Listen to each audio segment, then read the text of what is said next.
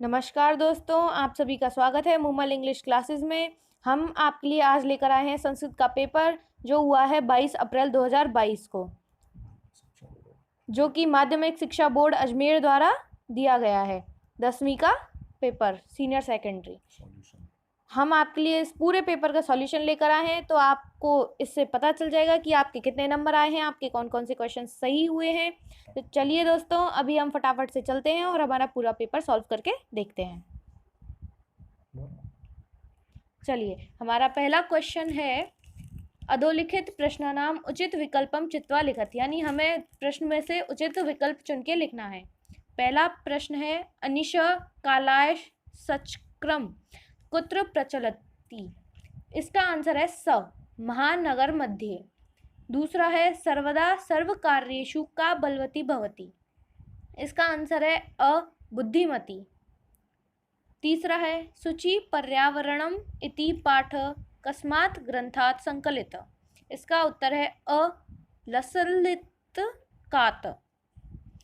चौथा बाल भावात् शिवस्य मस्तके कः विराजते, इसका उत्तर है स हिमकर। पांचवा है दुर्बल वृषभ कुत्र पपात, इसका उत्तर है ब क्षेत्रे। छठवा है हमारा, इसका उत्तर है अ सिंहस्य। जो हमारा नेक्स्ट है उसका है उत्तर हमारा द आर्ची। नेक्स्ट का हमारा उत्तर है आठवें का अ अत्यधिक परिश्रमीण। नौवें का हमारा उत्तर है नौवें का हमारा उत्तर है द क्रोध।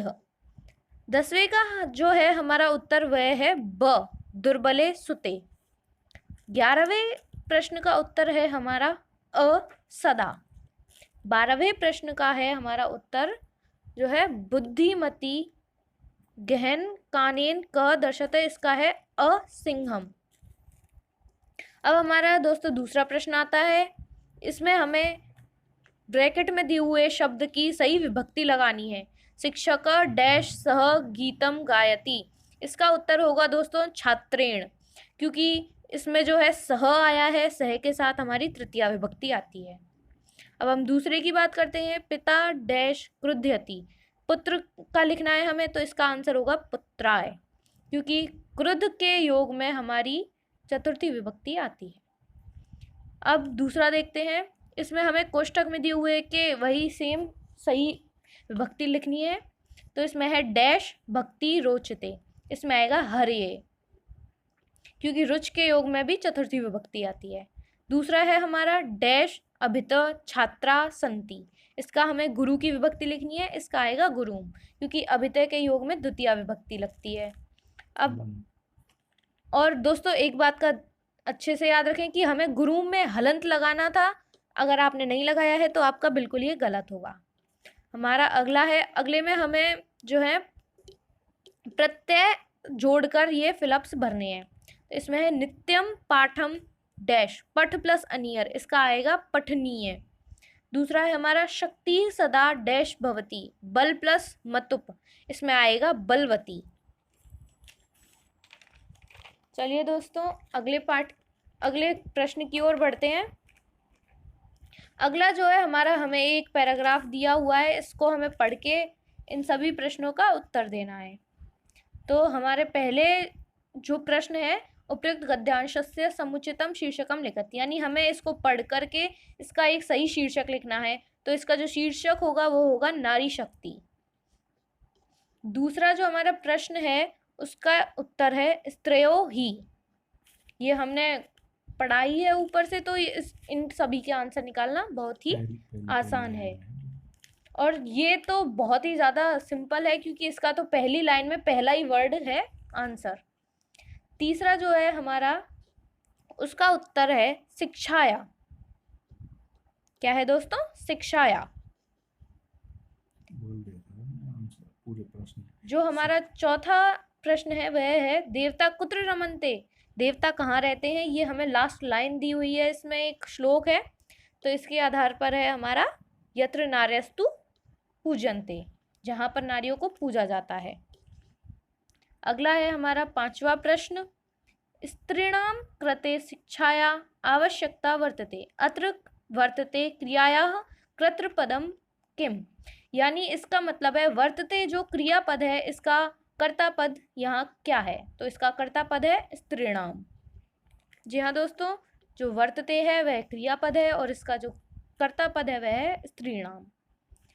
नेक्स्ट है हमारा सुशिक्षिता स्त्री इत्यनयो पदयो विशेषणम पदम किम, यानी सुशिक्षिता स्त्री, इसमें हमारा विशेषण पद क्या है दोस्तों, इसमें हमारा विशेषण पद है सुशिक्षिता, जो स्त्री है वह विशेष्य पद है।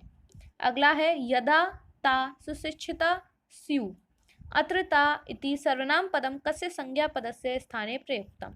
यहाँ पर जो संज्ञा पद है, उस जो सर्वनाम पद है वो किसके लिए यूज किया है, किस संज्ञा पद के लिए यूज किया है, तो इसका आंसर है हमारा स्त्रय इतस्य, यानी ग।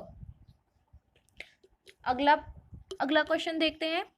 अनादर इति पदस्य विलोम पदम पद गद्यांशात चित्वा लिखत। अनादर का हमें गद्यांश में से देख करके विलोम पद लिखना है जो कि होगा आदर। अगर हम इसमें से भी ना ढूंढे तो अनादर का आदर तो हमें पता ही है। अगला देखते हैं। सदवंशम वंश इति पदस्य हिंदी अर्थ क। सदवंश का हिंदी अर्थ क्या है, तो वह है दोस्तों अच्छा वंश या अच्छा कुल। हमारा अगला क्वेश्चन हम देखते हैं तो दोस्तों वह है करोति इति पदे धातु लकार पुरुष वचनम लिखत। जो हमारे शब्द दिया है करोति, इस पद का हमें धातु लिखना है, लकार लिखना है, पुरुष लिखना है और वचन लिखना है। तो इसका है दोस्तों, धातु है हमारी क्र धातु और इसका जो लकार है वह है लट लकार और जो पुरुष है वह प्रथम पुरुष है और वचन हमारा एक वचन है। तो दोस्तों जैसा कि हम जानते ही हैं कि हम पठ के जो हमारे रूप होते हैं वो इसी तरह होते हैं, पठती पठत पठंती। उसी प्रकार यह है क्र के करोति करोत कर कुर्वंती। इसी तरह से हमें पता चल जाता है कि करोति हमारा प्रथम पुरुष है। चलिए दोस्तों अब हम दूसरे की तरफ बढ़ते हैं। ब का पहला है हमारा कस्य मासम स्थिरी भवती। तो दोस्तों इसका उत्तर है हमारा व्यायाम। इसका उत्तर हम ऊपर से चुनकर लिख सकते हैं व्यायाम। और अब दूसरा इसमें अथवा में दिया है ये हमें, तो दूसरा है शत शक्टियानम किम मुंचिति। तो इसका आएगा हमारा धूमम। हमने आपको दोनों के उत्तर बता दिए हैं, आपने जो भी किया है उसे आप देख लें। तो हमारा ये वाला है विचित्र साक्षी पाठानुसारेण न्यायाधीशस्य नाम किम। तो इसका उत्तर हमारा हो जाएगा बंकिम चंद चटर्जी। क्या हो जाएगा दोस्तों इसका उत्तर हमारा बंकिम चंद चटर्जी। तो चलिए दोस्तों हम अगले खंड की ओर चलते हैं। हमारा जो दूसरा है वह खंड आ गया है खंड ब। अब हम देखते हैं हमारा प्रश्न 4। अधोलिखित पदयो संधि विच्छेदम कृत्वा संधे नामपि लिखत। यानी हमें संधि विच्छेद कर करके उसका संधि का नाम भी लिखना है। तो जो हमारा पहला है मनोहर, इसकी जो हमारी संधि होगी वो होगी मनः प्लस हर और इसमें होगी हमारी विसर्ग संधि, उत्व विसर्ग संधि। ठीक है दोस्तों। अब हमारा दूसरा है वागीश। तो इसका जो हमारा संधि विच्छेद होगा वह होगा वाक प्लस ईश। और हाँ, सबसे महत्वपूर्ण बात वह है यह कि हमें वाक जो लिखेंगे हम उसके क में हमें हलंत ज़रूर लगाना है। यह हमारी संधि है व्यंजन संधि। व्यंजन संधि में जशत्व संधि। आप देख लीजिए, जशत्व संधि आपने लिखा है तो भी सही है, अगर आपने व्यंजन संधि लिखा है तो भी सही है। अब हमारा 5वां प्रश्न आता है अधोलिखितयो संधि कृत्वा संधे नामपि लिखत। ये जो हमें विग्रह दिया है इसका हमें संधि करना है और संधि का नाम भी लिखना है। तो हमारा पहला है नमः प्लस ते, इसका उत्तर होगा नमस्ते। यह है सत्व विसर्ग संधि। दूसरा है हरीम प्लस वंदे, ये इसका होगा उत्तर हमारा हरिम वंदे। ये है अनुस्वार संधि।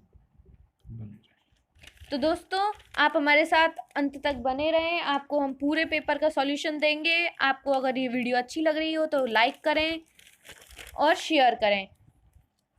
हमारी YouTube channel Moomal English classes को सब्सक्राइब करें। आगे और अच्छी इंग्लिश की जानकारी पाने के लिए आप जानते ही हैं हमारे यूट्यूब चैनल पे अलग अलग टॉपिक्स की जो है हम इंग्लिश की वीडियो डालते हैं, ग्रामर की।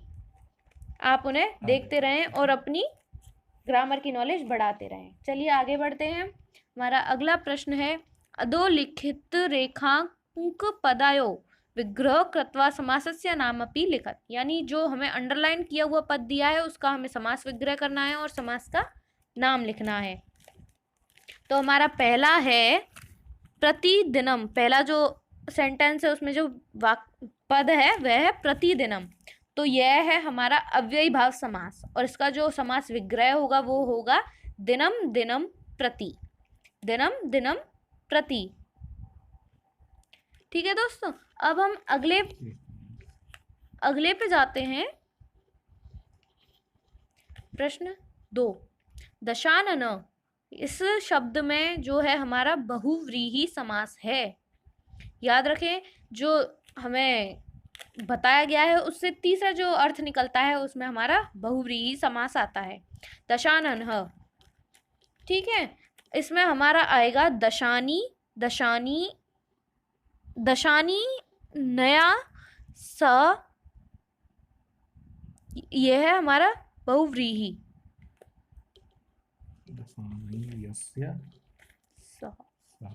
इसका हमारा फिर होगा स के बाद हम लिख देंगे रावण,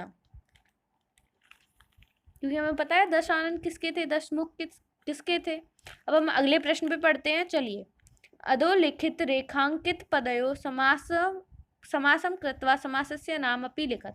यानी यहाँ पे अब हमें विग्रह दिया है, अब हमें इसका समास करना है। तो पहला है महान पुरुष, तो इसका हमें सीधा सीधा लिख देना है महापुरुष। और ये है हमारा कर्मधारय समास। अब हमारा अगला जो है वह है माता च पिता च।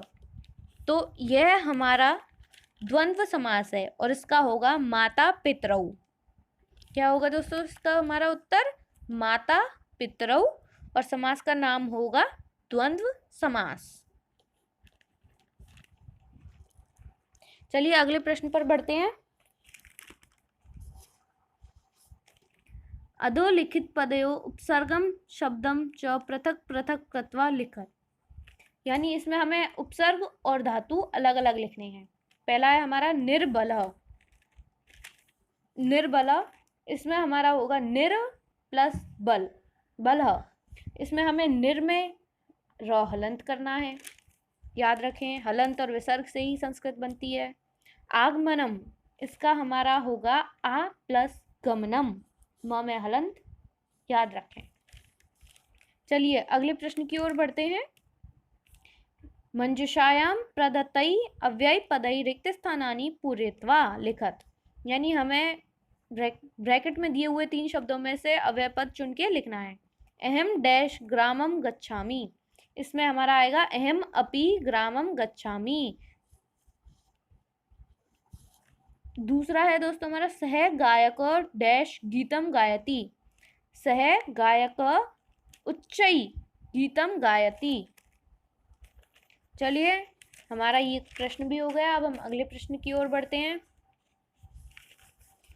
तो इसमें हमें अधोलिखितौ संख्यावाची शब्दौ संस्कृते लिखत।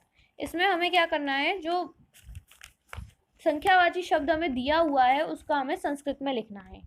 150, अब 150 तो हमने कह दिया, इसको संस्कृत में लिखेंगे हम 50 यानी 50 और फिर शतम 100,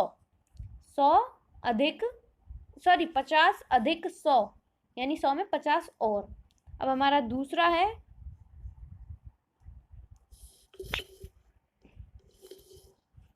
वह है 1025, तो तो इसमें हमें क्या करना होता है, पीछे की संख्या पहले लिखनी होती है और जो पहले दी हुई है संख्या वह बाद में लिखनी होती है।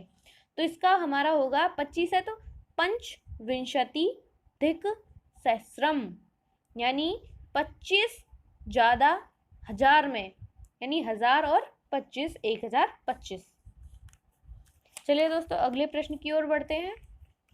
अधोलिखित वाक्ययोः रेखांकित पदमाधृत्य प्रश्न निर्माण करो, यानी हमें अंडरलाइन शब्द की जगह पे प्रश्नवाचक शब्द लिखना है और हमें इसका प्रश्न बनाना है। तो हमारा पहला है उद्यमेन स्म बंधुः नास्ति।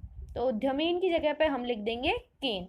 इसके लिए हमें इनकी विभक्ति याद करनी पड़ती है। किम की आपने याद किए होंगे, आपने सही लिखा होगा। और एक बात का ज़रूर ध्यान रखें, अगर आपने पेपर में किया है तो आपने क्वेश्चन मार्क लगाया है या नहीं पीछे। अगर आपने क्वेश्चन मार्क नहीं लगाया है तो आपने अगर शब्द सही लिखा है तो भी आपका ये गलत हो जाएगा। क्वेश्चन मार्क लगाना बहुत ज़रूरी है। तो हमारा दूसरा जो है समीपे एकदा नदी वहती, इसका हमारा होगा एकदा नदी। तो नदी जो है वह कौन है, स्त्रीलिंग में आती है, तो हम इसका लिख देंगे उत्तर का। समीपे का वहती। चलिए हम अगले प्रश्न की ओर बढ़ते हैं। अधोलिखितस्य श्लोकस्य अन्वय करो। यहाँ दिए हुए श्लोक का आपको अन्वय करना था, हमें विश्वास है आपने कर ही दिया होगा। अगले प्रश्न की ओर बढ़ते हैं। अधोलिखित वाक्यों शुद्धम कृत्वा लिखत, नीचे दिए हुए वाक्य को हमें शुद्ध करके लिखना है। तो पहला वाक्य है हमारा सह नेत्रात् कांड अस्ति। ये बिल्कुल ही गलत वाक्य है दोस्तों, क्योंकि जब कांड है आता है हमारा अंग विकार होता है तो हम तृतीया विभक्ति लगाते हैं, और कांड एकांक से कणा होगा तो हम इसमें एक वचन लगाएंगे। तो इसका होगा सह नेत्रेण कांड अस्ति। दूसरे की ओर बढ़ते हैं। राजा भिक्षुक वस्त्राणि यच्छति, तो इसका उत्तर होगा हमारा भिक्षुकाय। इसमें हमारा भिक्षुकम बिल्कुल ही गलत है। ये किस वजह से आया है, जो यच्छ धातु होती है उसकी वजह से यहाँ भिक्षुकाय आया है। तो अगले प्रश्न की ओर बढ़ते हैं। स्व पाठ्य पुस्तकात् श्लोकम द्वयम लिखत यद अस्मिन् प्रश्न पत्रे न या स्यात्। जो दो आपको श्लोक लिखने हैं वह इस प्रश्न पत्र में ना आए हो और आपकी किताब में हो, वे दो श्लोक आपको यहाँ लिखने थे, आपने जरूर लिख ही दिए होंगे। अगली प्रश्न की ओर बढ़ते हैं। बुद्धिर बलवती सदा इति कथायाः सारम हिंदी भाषा लिखत। आपका जो पाठ है बुद्धिर बलवती सदा, इसका आपको हिंदी भाषा में सार लिखना था, आपने लिख ही दिया होगा। अगले की ओर बढ़ते हैं। अधोलिखितस्य पद्यांशस्य संस्कृत भाषया भावार्थम लिखत। आपको दिए हुए दोनों श्लोकों का हिंदी में भावार्थ लिखना था, संस्कृत भाषा में आपको इनका भावार्थ लिखना था। और ये दोनों आपके अथवा में हैं, आप इन दोनों में से आपको जो भी सरल लगे उसको आपको करना था, आपने कर ही दिया होगा। हमारा अगला खंड आता है खंड स, प्रश्न 17। अधोलिखितस्य गद्यांशस्य सप्रसंग हिंदी भाषायाम अनुवाद करो। नीचे दिए हुए हैं दो हमें गद्यांश दिए हुए हैं, इनका हमें हिंदी भाषा में प्रसंग सहित अनुवाद करके लिखना है। तो आप ये अथवा में है, हमें दो दिए हैं, इनमें से भी आपको जो सरल लगे सहज लगे वह आपने कर ही दिया होगा। अगला प्रश्न है हमारा अधोलिखितस्य पद्यांशस्य सप्रसंग हिंदी भाषायाम अनुवादम लिखत। आपको इन दो, यहाँ पे भी हमें दो जो है पद्यांश दिए हैं, इनका भी हमें प्रसंग सहित हिंदी भाषा में अनुवाद करना था, आपने कर ही दिया होगा। अगला जो प्रश्न है हमारा अधोलिखितस्य नाट्यांशस्य सप्रसंग हिंदी अनुवाद लिखत। इसमें हमें ये नाटक दिया है, इसका हमें सप्रसंग हिंदी भाषा में अनुवाद लिखना था। और ये भी हमें अथवा में दिया हुआ है, इसमें भी हमें दो दिए हुए हैं, दो में से जो भी सही लगे वह करना है हमें। अब आ जाता है हमारा प्रश्न 20। क्रमर्हितानां षण्वाक्यानां क्रमपूर्वकं संयोजनं कुरुत। इसमें जो हमें 6 वाक्य दिए हैं इन्हें हमें सही क्रम में लगाना है। कहानी का भाग है ये, एक कहानी का भाग है, कहानी है जो हम सुन चुके हैं। यह एक मूषक और शेर की कहानी है। चलिए दोस्तों इनको करते हैं। तो जो हमारा चौथा वाक्य है एकस्मिन् वने एक सिंह वसति, ये हमारा पहला वाक्य बनेगा। जो हमारा दूसरा वाक्य है एकदा सह जाले बद्ध, यह हमारा दूसरा वाक्य बनेगा। अब आ जाता है पांचवा वाक्य जो इसमें दिया हुआ है, सह संपूर्णम प्रयासम अकरोत परम बंधनात् न मुक्तम, यह हमारा तीसरा वाक्य हो जाएगा। फिर जो लास्ट छठवा वाक्य है, तदा तस्य स्वरम श्रुत्वा एक मूषक तत्र आगच्छत, यह हमारा चौथा वाक्य हो जाएगा। फिर जो पहला वाक्य हमें दिया हुआ है, मूषक परिश्रमेण जालम अक्रंत, ये हमारा पांचवा वाक्य होगा। और जो तीसरा वाक्य है, सिंह जालात मुक्त भूत्वा मूषकम प्रशंसनम गतवान, यह हमारा छठवा वाक्य हो जाएगा। तो इसका जो होगा, हमारा जो कहानी बनेगी वह ये होगी, एकस्मिन् वने एक सिंह वसति, एक वन में एक सिंह रहता था, वह एक बार जाल में फंस गया था। उसने बहुत प्रयास किया वहाँ से उस बंधन से मुक्त होने का, किंतु वह मुक्त नहीं हो पाया। फिर उसकी आवाज़ सुन के, उसका इस प्रकार का स्वर सुन करके एक चूहा मूषक वहाँ पर आ जाता है। उस मूषक के परिश्रम से वह जाल को काट देता है और जो शेर होता है वह उस जाल से मुक्त हो जाता है और मूषक भी प्रसन्न हो जाता है और चले जाता है। चलिए दोस्तों, ये भी हमें अथवा में दिया हुआ था। इसका जो अगला प्रश्न है उसमें हमें अधोलिखितेषु पंच शब्देषु केचन यत्रयाणाम शब्दानाम प्रयोग कृत्वा संस्कृत वाक्य निर्माण करो, दिए हुए 5 शब्दों में से हमें किन्हीं 3 शब्दों का प्रयोग करके वाक्य बनाने थे। आपको प्रातः काले यानी सुबह, चंद्र यानी चांद, नदी ये तो हमें पता ही है, पवन यानी हवा, और उद्यानम यानी बागीचा। इन में से आप कोई भी 3 शब्द लेकर के संस्कृत भाषा में वाक्य बना सकते थे। अब हमारा लास्ट खंड आ जाता है, खंड द। तो इसमें हमें प्रश्न 21 दिया है, इसका है भवती राजकीय उच्च माध्यमिक विद्यालय चंद्रपुरस्य दशम्या कक्षाया छात्रा रेवती अस्ति, भवती रुग्णा अतः स्वप्रधानाचार्याय दिनद्वयस्य रुग्णावकाशार्थं प्रार्थना पत्रम लिखतु।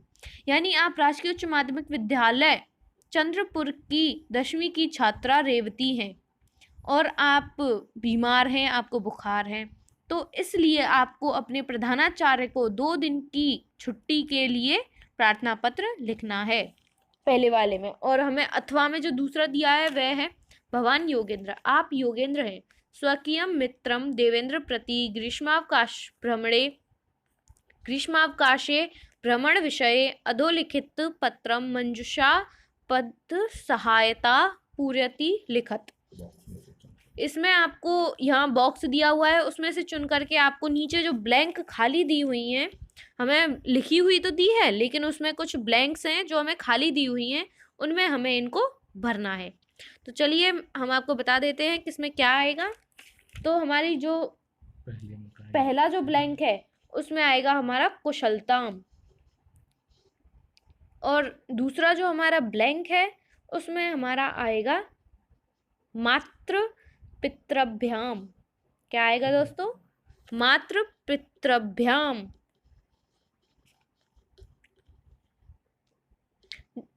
और जो हमारा अगला ब्लैंक है, तीसरा ब्लैंक, उसमें हमारा आएगा हिमाचल प्रदेशम। क्या आएगा दोस्तों? हिमाचल प्रदेशम। दोस्तों आप सभी से रिक्वेस्ट है, हमारे वीडियो को पूरा अंत तक देखिए, लाइक कीजिए, शेयर कीजिए, अपने साथियों को भेजिए और उनको भी बताइए, वो भी अपनी इंग्लिश की नॉलेज अच्छी करेंगे। और जिन्होंने 10वीं के या 12वीं के पेपर दिए हैं वे सभी पेपरों की यहाँ पर हमारी सॉल्यूशन वीडियोस देख सकते हैं। हमारी प्लेलिस्ट आप खोल कर देखिए, वहाँ आपको सभी पेपर्स की जो है सॉल्यूशन मिल जाएंगी। चलिए हम अगले पर चलते हैं। हमारा है जो चौथा, उसमें हमें लिखना है प्रस्ताव। जो चौथा ब्लैंक है हमारा, उसमें हमारा आएगा प्रस्ताव। जो हमारा 5वां ब्लैंक है उसमें हमारा आएगा आनंदानुभवम, यानी कि आनंद का अनुभव। चलिए दोस्तों अगले की ओर हम चलते हैं। जो हमारा 6वां ब्लैंक है उसमें आएगा हमारा प्रबलेच्छा। क्या आएगा दोस्तों? प्रबलेच्छा। अब हम अगले की ओर चलते हैं, जो हमारा 7वां है उसमें हमारा आएगा सादर प्रणाम।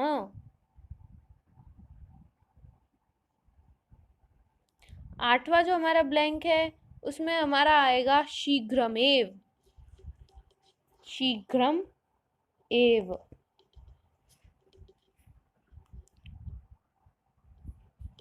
चलिए दोस्तों, एक बार आपको इसका हिंदी अनुवाद बता दें। अत्र अहम कुशलम कुशल, मैं यहाँ खुश हूँ, सही हूँ, ठीक हूँ।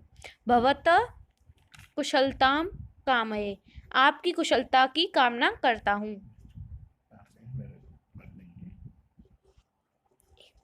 है अहम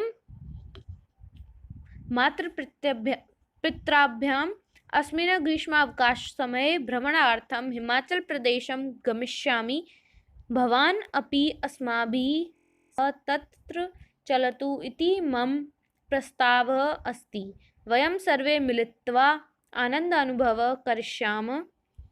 मदीय अयं प्रबलेच्छा भवते रोचते चेत् ज्ञापयतु। परिवारे पूज्येभ्यो सर्वेभ्यो जनेभ्यो मम सादर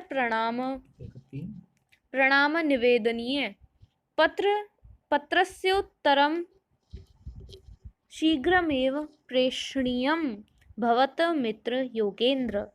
अर्थात इसमें हमें सीधा सीधा ऊपर दिया ही था कि ग्रीष्मावकाश की छुट्टियों में आप अपने एक मित्र को अपने साथ जाने के लिए एक पत्र लिखें।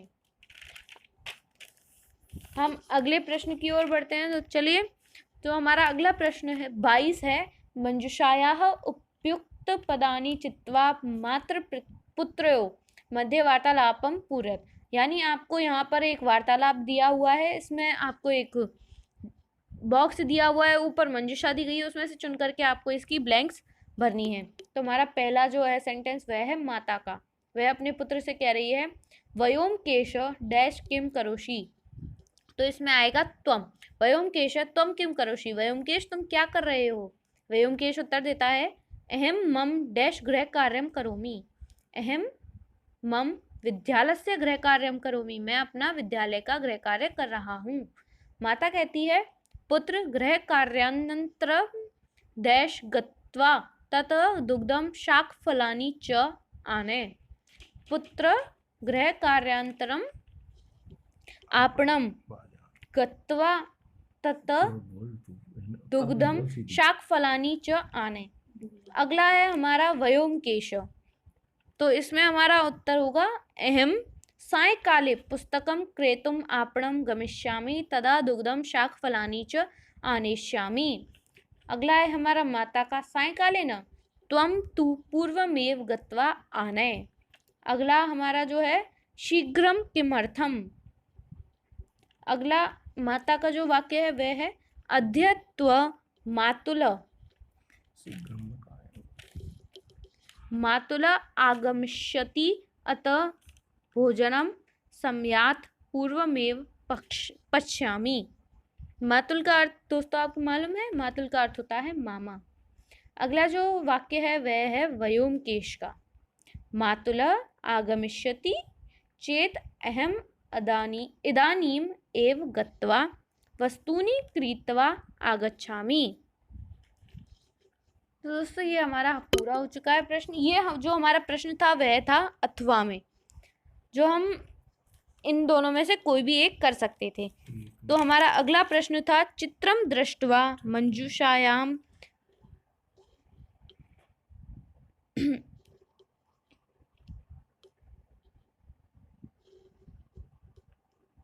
दोस्तों आप बताइए हमें कमेंट्स करके कि आपको हमारा ये वीडियो कैसा लगा है। आप सभी वीडियोस पर कमेंट करके हमें बताइएगा ज़रूर कि आपको हमारी वीडियोस कैसी लग रही हैं।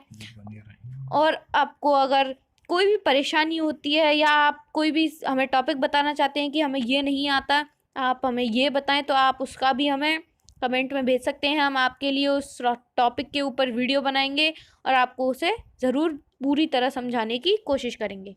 चलिए, जो हमारा दूसरा प्रश्न था अथवा में वह था चित्रम दृष्ट्वा मंजुषायां प्रदत्त शब्दानां सहायतया संस्कृतेन अष्टवाक्यानि निर्माय लिखत। यानी आपको इस चित्र को देख करके और इन जो शब्दों को देख यूज करके यानी प्रयोग करके आपको संस्कृत भाषा में 8 वाक्य लिखने थे। इस फोटो को देखिए आप और इन शब्दों को यूज कीजिए उन सेंटेंस में और वहाँ लिख दीजिए, वाक्य बना दीजिए। और जो हमारा अगला लास्ट जो प्रश्न था, अंतिम जो प्रश्न था, वह है अधोलिखितेषु वाक्येषु केषांच चतुर्णानां वाक्यानां संस्कृत भाषा अनुवादम करोति।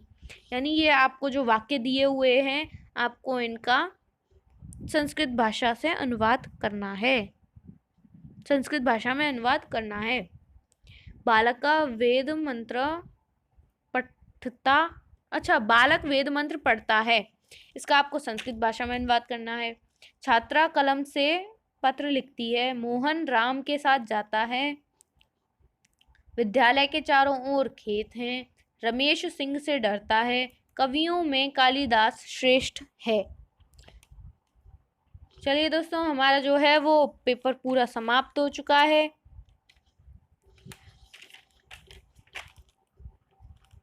जो हमारा पेपर है वह पूरा समाप्त हो गया। हमने आपको सभी प्रश्नों के उत्तर बता दिए हैं। हमें विश्वास है कि आपका पेपर अच्छा ही गया होगा। यदि आपका कुछ गलत हुआ है तो आप इसमें देखें और अपना पेपर पूरा चेक करें। दोस्तों, हमारी वीडियो ख़त्म हो चुकी है। हमें पूरा विश्वास है आपको सब कुछ समझ में आया होगा। हमारी वीडियो को लाइक करें, शेयर करें और अपने दोस्तों को भेजें, उन्हें भी इस सॉल्यूशन को देखने दें और उनका भी पेपर उन्हें पता लगाने दें कि उनका पेपर कैसा हुआ। और हमारे चैनल को सब्सक्राइब करना बिल्कुल भी ना भूलें। चलिए दोस्तों, अब मिलते हैं अगली वीडियो में। Good bye.